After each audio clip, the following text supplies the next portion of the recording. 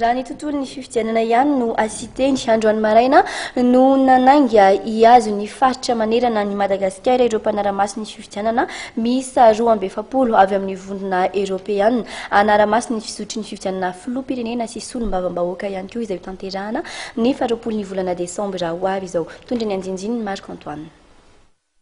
Androany maraina no nananga tamin'ny fomba ofisialy teny amin'ny hôtel Ibis Ankorondrano ary paritaka eny amin'ny faritra 20 manerana ny Madagasikara ireo mpanaramaso fifidianana 240 avy amin'ny vondrona Eropeana.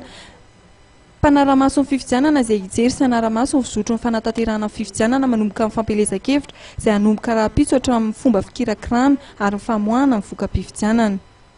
Hoy teny Kanja manomboka an'io mpanaramaso miasa maharitra avy amin'ny iraky ny vondrona Eropeana. Mananteny izahay fa hanamafy ny fahatokisan'ny olom-pirenena malagasy ny fisotro fifidianana ny asan'izy ireo. Hoy Ramatoa Maria Moniz de Urquiza, lehibe ny iraky ny mpanaramaso vondrona Eropeana nandritra ny lahateny nataony. Nanamafy izy lehibe aniraka ny mpanaramaso fifidianana avy amin'ny vondrona Eropeana ity fa zava-dehibe ho fanamafisana ny finiavam-pifidy hiala amin'ny krizy izay efa naseho amin'ny tamin'ny fifidianana filoham-pirenena fihojiana voaloha ny fahatombana ny fifidianana amin'ny 20 Desambra ho avy izao. Marihana fa mbola ho tonga ihany koa ireo andiana mpanaramaso 50 avy amin'ny vondrona Eropeana herinandro mialohan'ny datiny 20 Desambra ho avy izao.